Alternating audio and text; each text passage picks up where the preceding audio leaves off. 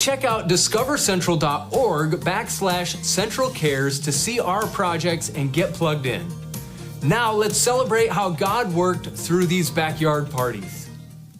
We had a great time this past December at our backyard Christmas party. We were able to walk around the neighborhood, invite 20 of our neighbors. We had a bonfire for them to enjoy. We made s'mores. We had hot chocolate. And we made ornaments for them to take home and put on their Christmas tree to enjoy. We had a total of about 40 people that showed up, some of them that we already knew and some that we had never even met before. So we're excited to see God work and grow those relationships that we formed, and we look forward to doing more things like this in the future to continue to foster those relationships. I invited about 30 neighbors from up and down the street to come over and join us for a campfire. We had a fire over here in the fire pit, and we had s'mores, and we had some hot chocolate. About 17 show up, and had a chance to meet some folks that I haven't met before, and we really had a good time. We even had Santa Claus show up. So Santa Claus made an appearance. Somehow he heard about the party. Don't ask me how. Even though some folks didn't show up, it was still a great opportunity to go and knock on their door and invite them down to my house for a party. I met some folks just doing that I haven't met before. And like I said, not everyone showed up, but it was a great opportunity to get out into the neighborhood and just let them know who I was and invite them down for some s'mores and hot chocolate. And we hope to do it again next year. Had several neighbors ask if I was going to do it next year. And everyone was really appreciative of just the opportunity to come together, especially during Christmas. We handed out invitations to 35 different houses for people to come and attend. We had 15 people show up, 10 of which I did not know, but we got to talk with them and find out how long they've been there and how many people were in their family and different things like that. That was just a great opportunity for us to get to know people around us. When Trudy and I moved into this neighborhood 40 years ago, all of our neighbors were here for 15 or 20 years already. They were not looking at moving around. But in today's environment, the average person moves every 6 to 7 years. So based on that, I just thought about how much opportunity that I had missed over the last 20 years of being able to talk to my neighbors. So based on that, I could have reached over 60 families in the same 35 houses in the last 20 years if I'd been proactive. So central my challenge is that we get involved not only in church but in our neighborhoods and get to know people and see where we can help our neighbors and get to know our neighbors. And just thinking on that, we talked with some of our neighbors. They'd like to have something this late spring, early summer, maybe a cookout or something, and get to know our neighbors a little bit better. So my last challenge again is love our neighbors, get to know them, and so we can get out there and share Jesus and impact people. All right, God bless Central. Hi, my name is Cindy. This is my husband Gary. I'm Raylan Harvey. How old are you? 6. What's your name? Jane Harvey. Jane Harvey, who is 3. And we had our first backyard party this past December, and Oakley and Channing helped us deliver invitations to our closest neighbors. And we had 11 people to attend, 2 teenagers, 1 child, and the rest were adults. We had a hot chocolate bar, apple cider, and some cookies. We sat around and chatted for a while, and one of the neighbors wanted to share a blessing. And that blessing was that she had received a remote job where she could stay home and take care of her husband, who has brain cancer. But she also mentioned that the latest test results showed that the 4 tumors were shrinking, and that she was really grateful for her friends and family that have been there with her. Our party was supposed to last from 4 to 6. We were actually shutting down about 7:30, but this was a great start to building stronger relationships with our neighbors. Hi, I'm Joe. And I'm Kelly. And we're the Masons. And we're just here to let you know how our neighborhood outreach and get-together went over the Christmas and Thanksgiving break. So we sent out invitations and we did door-to-door. And then we found out that our next-door neighbor wanted to partner with us. They are believers as well. And so it was really neat that on the day we set up a tent and they brought out a large speaker and a heater. And we set up tables and we had cookies, cocoa, and for the kids, a take-home craft that they could do. We had some great interactions. We had, couples show up. We had kids show up. And one kind of really neat story was a young couple behind us who we, in the past, had just waved and said hi to. When we knocked on their door with the pamphlet, the guy answered and, he said, "Oh, yeah, I'd love to come over. I'd love to be there." Really sad that he couldn't make it. But, she just wanted to say thank you so much for inviting us and like to try to do something like this in the future. So we're looking forward to trying to plan something maybe in the spring or summertime. And in the end, because we just did it from 3 to 5, they wanted to do this again in the spring. So we are planning to do another one this spring. We're really thankful for those who did come, and it was just such a great atmosphere. We just want to thank the church for planning this idea. We always wanted to reach out to our neighbors, but really didn't know how. And so this was a great way. Thanks for, Pastor Brian and Joy for the class on how to do the neighborhood get together. And we just want to thank again the church for putting this on. Central family, I ask you to go ahead and stand with us again and just praise and worship with us.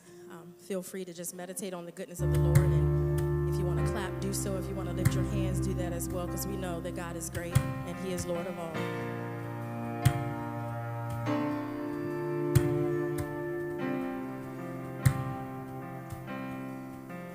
You give life, you are love, you bring light to the darkness, you give hope, you restore every heart that is broken. Great are you, Lord. It's your breath in our lungs, so we pour out our praise.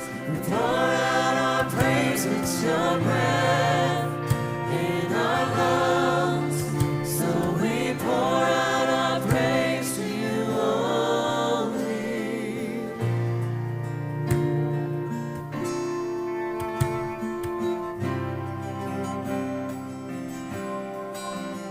You give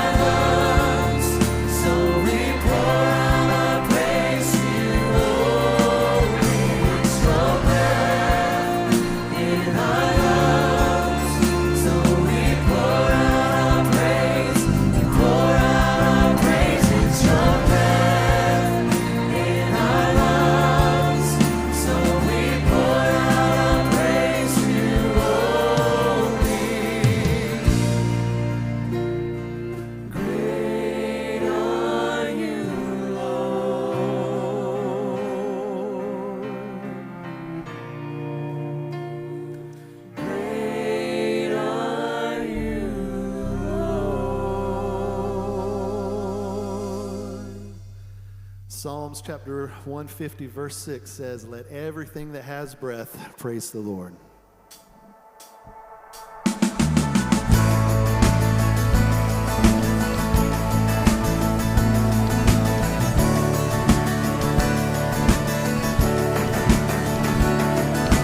Praise be a weapon that silences the enemy. Let praise be a weapon that conquers all anxiety. Let it rise. Let praise arise. We see your name in the dark and it changes everything. We sing with all we are and we claim your victory. Let it rise. Let praise arise. We'll see you break down every wall. We'll watch the giants fall. Fear cannot survive when we praise you. The God of breakthroughs on our side. Forever lift him high. With all creation's cry, God, we praise you. Oh, we praise you.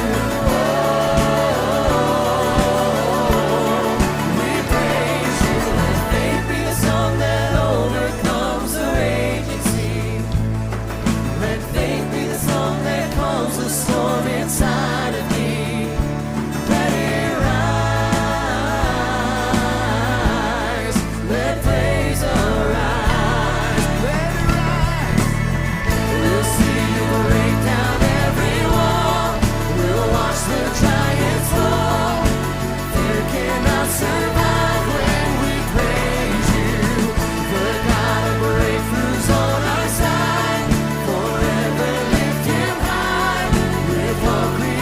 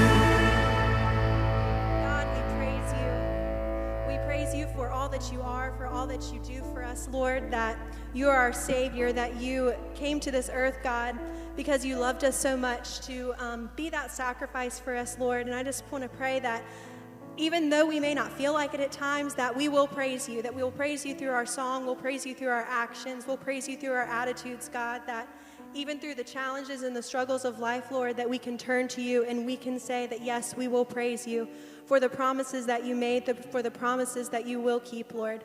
I just want to pray that we can remember what James says, Lord, and just know that we can count all things as joy, God, that we may not understand the circumstances and we may not understand what's going on, Lord, but you do. And we can find patience, we can find perseverance, and we can grow from those things, Lord. Thank you for us all being able to join together today. I just want to pray that we have open hearts and minds to what you have to tell us. In your name I pray. Amen.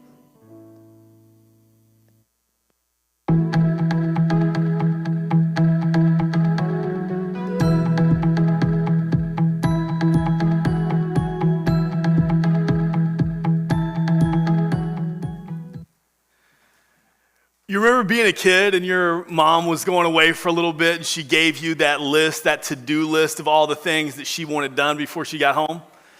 If you're a teen, you don't have to remember, right? It's like I live that every week. I get that list, and you know what it is, right? It's okay. You got to have your clothes put away. You got to fold the laundry. You got to vacuum the house, unload the dishwasher, all this different stuff. And if you're anything like me, you know how it worked, right? You just did whatever it is you wanted to do until about half an hour before mom was getting home. And then it was like panic mode. All right, I got to get everything done real fast. And, anything I can't get done, we're just kind of shoving in a corner somewhere, and hopefully she doesn't notice. That's just human nature, right? That's just how a lot of us operate, is we want all the time we have for ourselves. And Jesus, he knows this about us. So as we consider or continue our study through Mark's gospel and just our Empowered series, Jesus, he knows that his time on earth is getting very, very short. Less than a week away, he's going to be crucified. And so he also knows that, hey, he's exiting planet Earth, and he's going to give his disciples and now us some instructions for how they should live when he's not physically present on earth anymore. But Jesus, he understands human nature, that if he were just to give us a timeline and say, all right, on this date, I'm coming back, well, how would we all live? Well, most of us, we'd live for ourselves, and then maybe a couple days before Jesus showed up again, well, then we try to get our lives in order, right, so that he'd be pleased with how we live. So he doesn't do that. He doesn't give us the dates. Well, let's check out and see exactly what he does give us in Mark chapter 13. This is by far the most difficult chapter in Mark's gospel. Let's go ahead and we'll tackle it, all 37 verses. John Mark writes, "And as Jesus came out of the temple, one of his disciples said to him, 'Look, teacher, what wonderful stones and what wonderful buildings.' And Jesus said to him, 'Do you see these great buildings? There will not be there left here one stone upon another that will not be thrown down.' And as he sat on the Mount of Olives opposite the temple, Peter and James and John and Andrew asked him privately, 'Tell us, when will these things be? And what will be the sign when all these things are about to be accomplished?' And Jesus began to say to them, 'See that no one leads you astray. Many will come in my name saying, I am he, and they will lead many astray. And when you hear of wars and rumors of wars, do not be alarmed. This must take place, but the end is not yet. For nation will rise against nation, and kingdom against kingdom. There will be earthquakes in various places. There will be famines. These are but the beginnings of the birth pains. But be on your guard, for they will deliver you over to councils, and you will be beaten in synagogues, and you will stand before governors and kings for my sake to bear witness before them. And the gospel must first be proclaimed to all nations.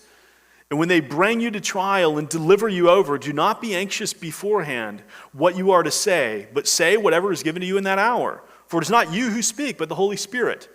And brother will deliver brother over to death, and if the father, his child, and children will rise up against parents and have them put to death, and you will be hated by all for my name's sake.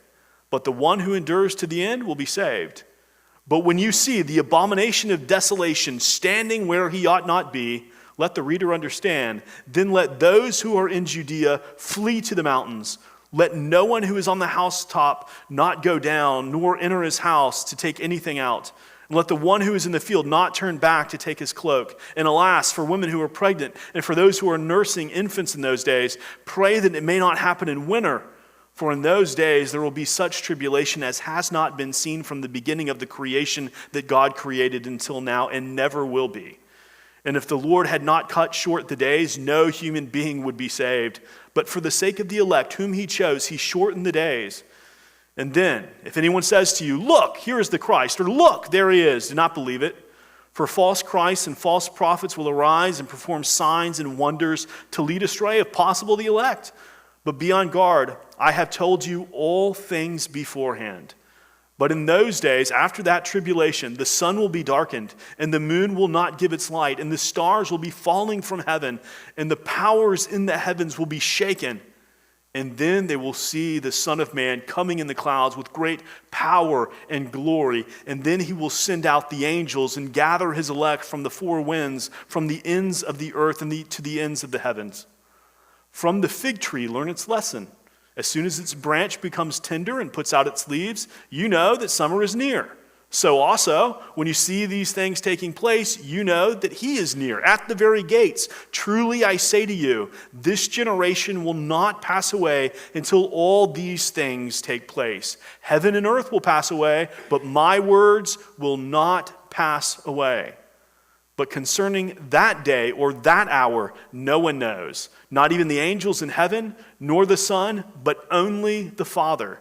Be on guard, keep awake, for you do not know when that time will come. It is like a man going on a journey. When he leaves home and puts his servants in charge, each with his work, and commands the doorkeeper to stay awake. Therefore, stay awake, for you do not know when the master of the house will come, in the evening, or at midnight, or when the rooster crows, or in the morning, lest he come suddenly and find you asleep. And what I say to you, I say to all, stay awake. So, remember, we're in some very tense times here in the life and ministry of Jesus. Okay, it's Tuesday of the Passion Week. He's been peppered with questions. He's kind of set the religious leaders straight and challenged their thinking. And it's been really some tense time. He's overturned the tables of the money changers in the temple. There's been a lot going on. Well, now they're leaving the temple courts.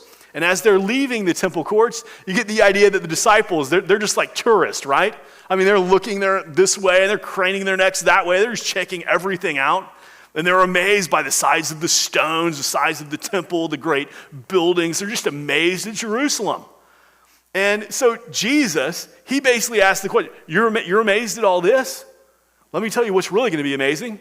In a very short amount of time, you're not going to see one stone left on top of another. And so then, first chance they get, 4 disciples, Peter, James, John, Andrew, they get with Jesus. They say, hey, Jesus, can you just tell us, like, when is this going to happen? I mean, this sounds incredible. Not one stone left on another. I mean, we're looking at Jerusalem. We're seeing this grand temple. When is that going to happen? And this opens the door for Jesus to begin to explain the destruction of the temple that would take place in AD 70. And also, it opens the door for Jesus to be able to talk about events concerning his second coming. And so, this passage gets very, very tricky to understand because Jesus is talking about 2 different events. He's talking about the destruction of the temple in AD 70, and he's also talking about his second coming at the end of time.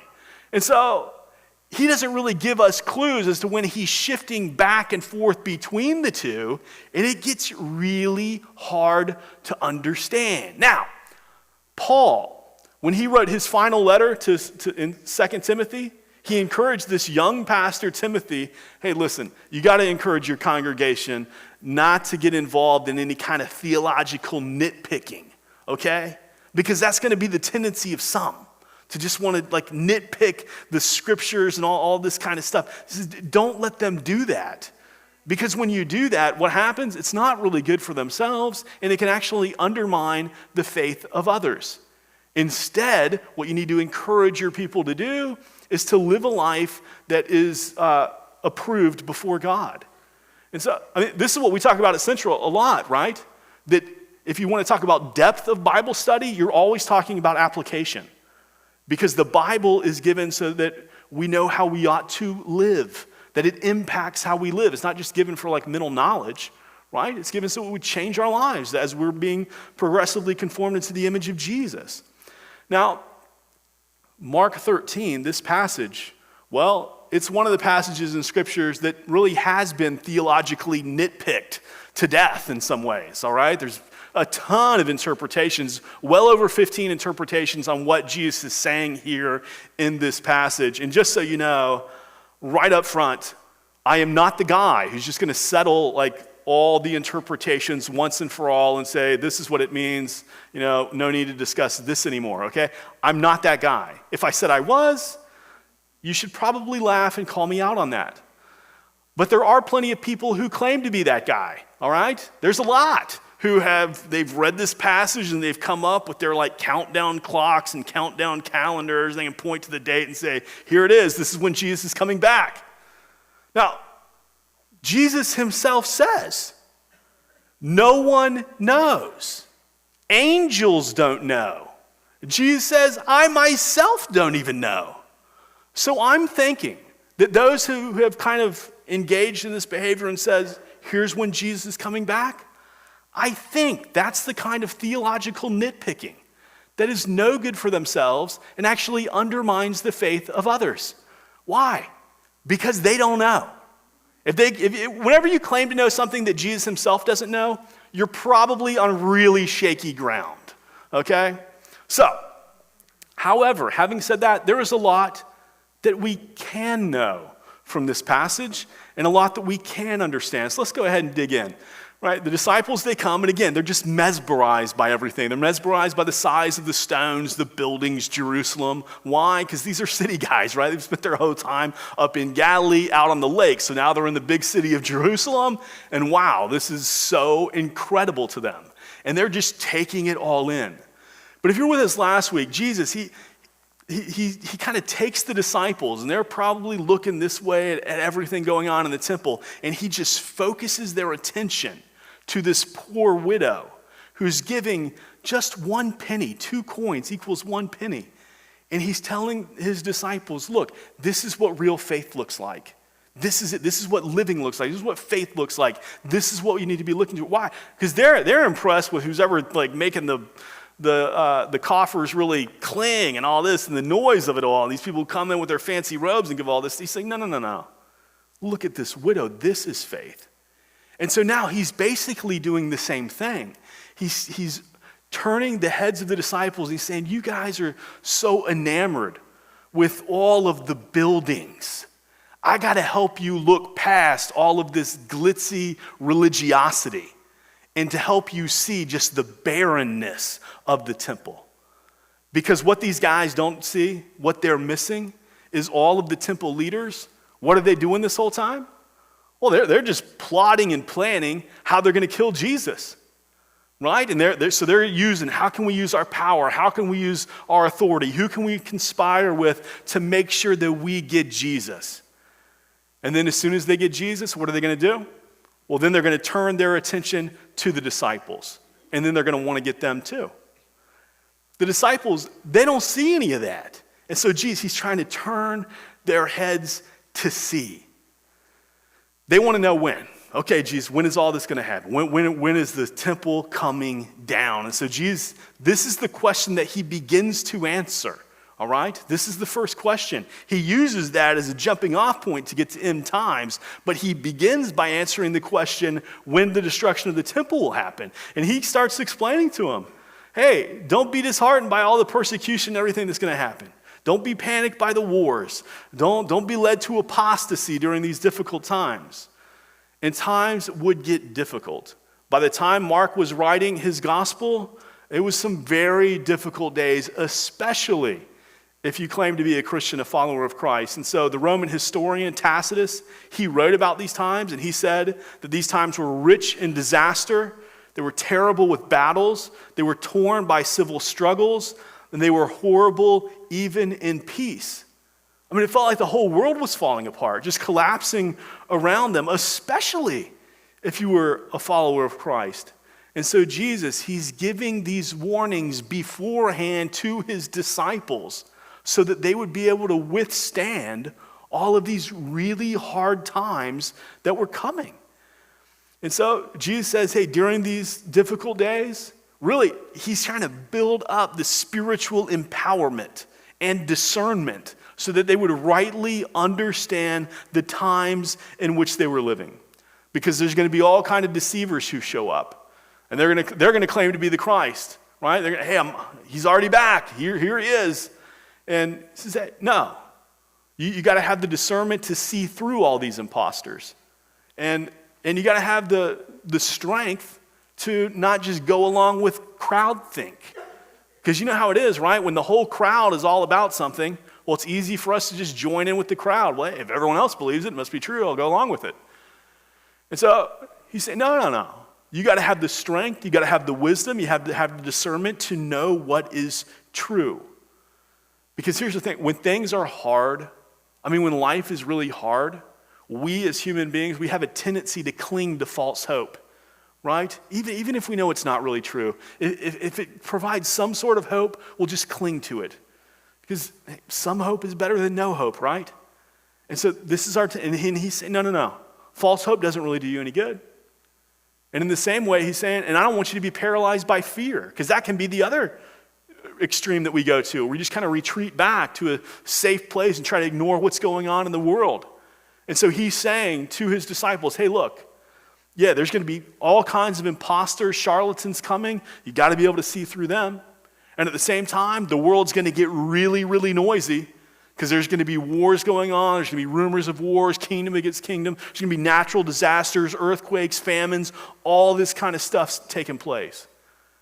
And you have to be able to know what's really important. You have to know who I am and who I created you to be. And in the midst of all this mayhem, in the midst of all this confusion, trust that I'm still in control. And that's a lesson that we need for our lives here and now, right? And the craziness of our world, whether it's worldwide or just even our own sphere. Sometimes life gets hard. Sometimes it's difficult. Sometimes it's painful. And in the midst of when things seem confusing, when things seem chaotic, it seems like mayhem is just prevailing. During these hard times, we trust that God is in control. During hard times, we trust that God is in control. And that is a hard lesson. Because when the world is collapsing around you, all you want is deliverance from it. Right? You just want things to be made right again. And so if I cling to some false hope, at least for a moment it's hope. If I go to the other extreme and I'm just paralyzed by fear, well, at least I can just shut out the world and just ignore that's even happening and just stay in my quiet little bubble here for a moment. And Jesus is saying, I don't want that for you. I've made you for more than that. Right? So you must focus on who I am and who I've made you to be. Why? Because Jesus says, these are actually just the birth pains. Things are going to get much worse than even that. And so there's going to be persecutions that come, and it's going to challenge your resolve. And you've got to be alert, right? Don't pay attention to the charlatans. Don't fix your eyes on all the international politics or anything like that. Focus on who I am and who I've made you to be. Suffering and hatred is coming. This is what he's telling his disciples. It's coming. And that's not the end of it. Christians are going to be handed over to local councils. They're going to be flogged in synagogues. They're going to be taken before kings and governors. By the way, all of this stuff happened. Right? All of this happened in and after AD 70. And so then when Jesus says, hey, when all this happens, then you flee Judea. What happened? The church fled Judea. And they took the gospel of Christ all over the Roman Empire and began starting church fellowships all over because the gospel expanded. So when Jesus is preparing the disciples and preparing really first century Christians for what was going to happen, well, this happened.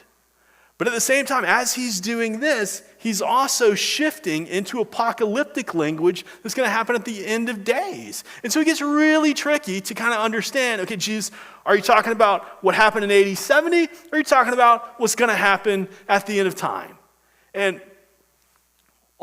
sometimes, where you draw the line, it gets hard in this passage. One thing we do know, though, is he is equipping his followers how to handle life when life is hard. How do you handle persecution? How do you handle things when things get so messed up, so upside down, that you start seeing brother betraying brother to death? When you see fathers turn on their own children, and you see children turn on their own parents. Why? Because there's such a hatred of the gospel or such a need for self-preservation that they will do anything at the expense of anybody else. How do you handle life when things get that crazy, when things are that upside down? Well, first you understand that God is still in control and his purposes will triumph. And I know in some ways it almost sounds cliche and almost empty, but it's so true. And we wonder, God, why do bad things happen to good people? That's the question humanity's wrestled with so much. Why do bad things happen to good people? It puzzles us.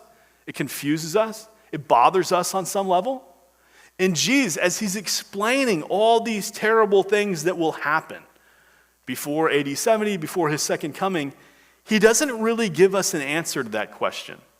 What he does, though, is he assures us that everything that happens in life, it's all within the scope of God's grand and perfect design. That nothing catches him off guard. He's not surprised by any of it. He doesn't just one day look and say, I can't believe that these brothers who loved each other, they were so tight. And the one now turned on the other and killed him? I never saw that one coming. That's never God. God never looks down, well, fathers are now betraying children? What's happening to this world I created? None of it's beyond God's scope. None of it catches him by surprise. And somehow, God's going to turn all that evil and he's going to turn it into good because he's a God who redeems. So as we sing this morning, the God of breakthroughs is on our side. That's what he's trying to get his disciples and his followers just to trust him. That in the midst of chaos, in the midst of confusion, in the midst of mayhem, I'm on your side. Things could have been much worse if I wouldn't have shortened the days, no human being could even stand. He's saying this. So Jesus, he's cautioning his disciples and now us to not spend so much of our time and our attention just speculating on when things will happen, but instead focusing on our attention on what we are to do in the meantime, who we are to be, how we're to live out the identity that he's made us. So, this is so important because even in the first century, Christians then thought that Jesus' second coming would happen in their lifetime. So much so, things became heated. There was debates going on. And Paul, he has to actually write to the church in Thessalonica. And he says, hey, don't be unsettled by any of this. You're becoming alarmed by prophecy. Let's just calm down here. Jesus, he's doing the same. He's preparing his people beforehand. He's warning about the destruction of the temple. And that is unsettling, right? Especially if you're a first century Jew who just became a Christian and you're hearing about the destruction of the temple. Because the temple was the place that symbolized God's presence with his people. It was the place that symbolized God's power to rule and to reign. It was the place that symbolized his blessing over his people. All these things. And he's saying this is going to be torn apart, not one stone left on another. Why? What's Jesus doing?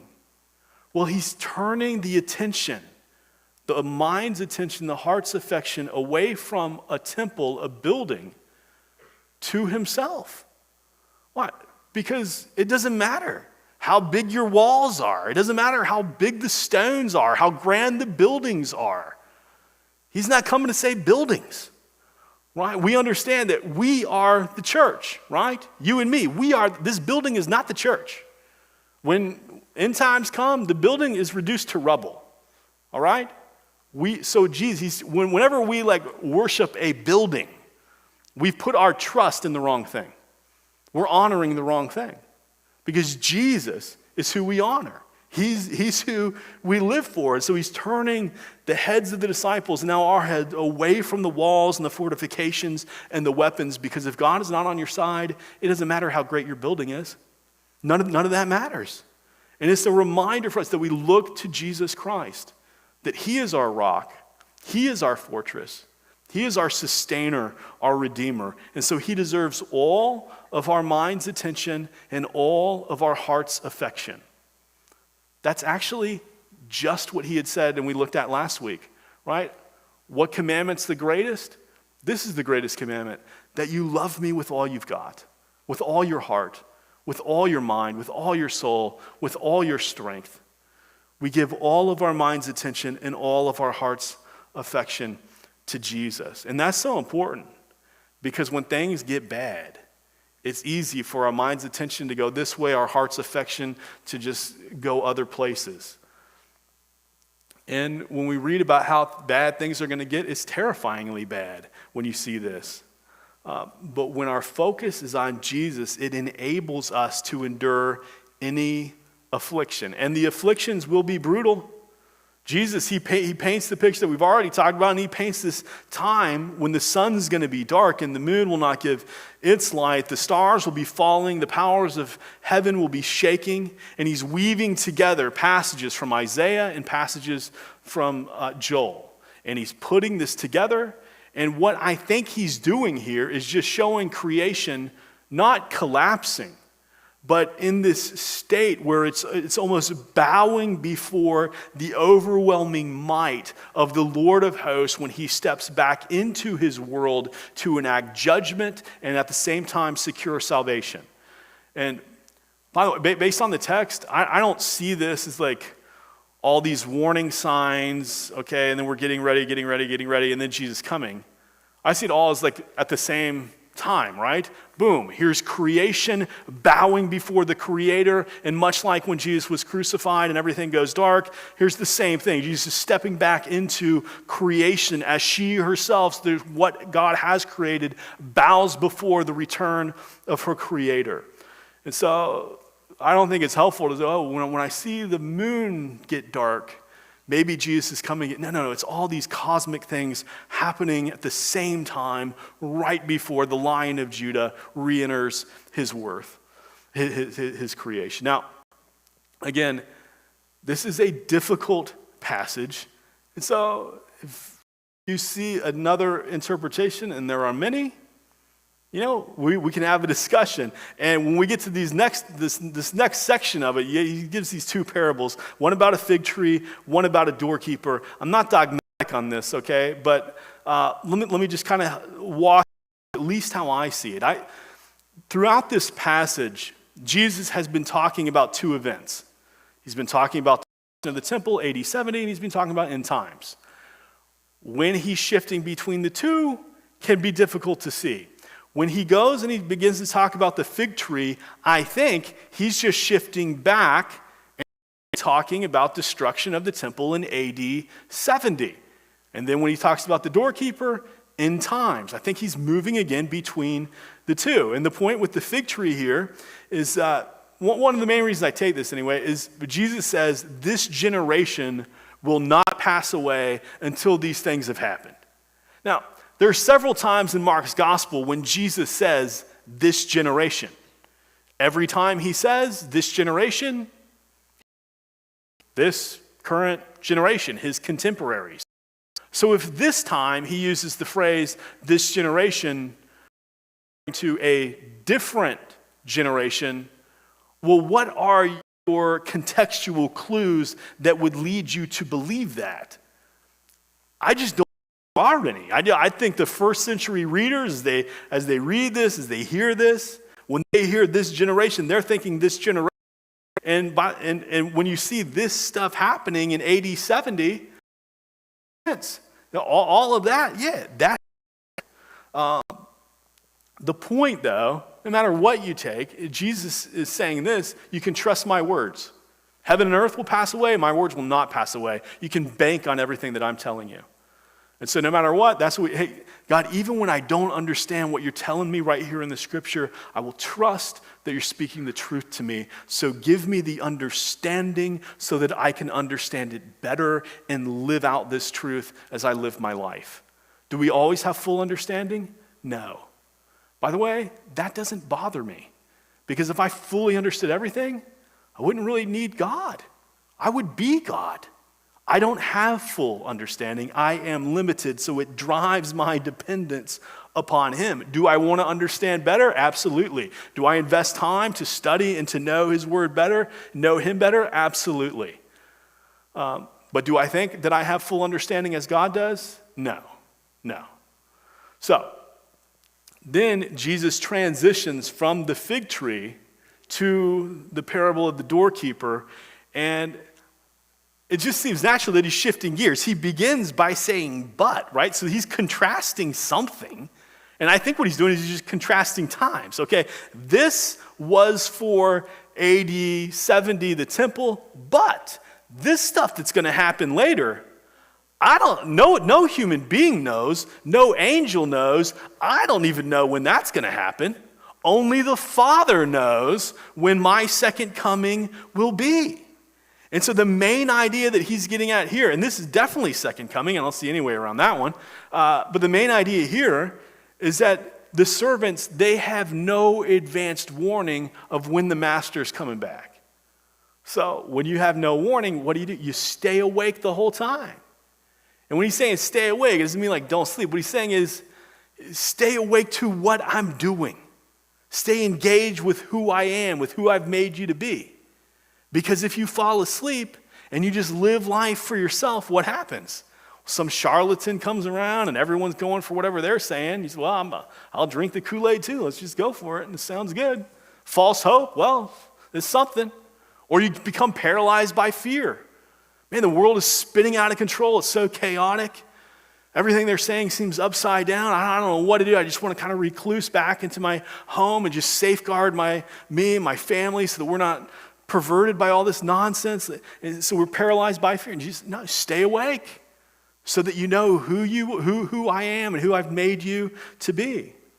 Because it raises this question, what kind of servant would you be? If the master hired you for a job and your boss the whole time, he's just going to kind of look over your shoulder and make sure you stay faithful to the task. Nobody would hire somebody like that, would you? I mean, if you own a business, is that who you want to hire? Somebody who you know the only way they're going to do their job is if you're like over them and watching over their shoulder the whole time. No, you hire people so that they can work and you're freed up to do the stuff that you need to do, right? And what kind of servant would you be if the whole time, okay, the boss went away, I just wonder when he's coming back. When do you think he's coming back? How long was he gone the last time? All that does is paralyze you.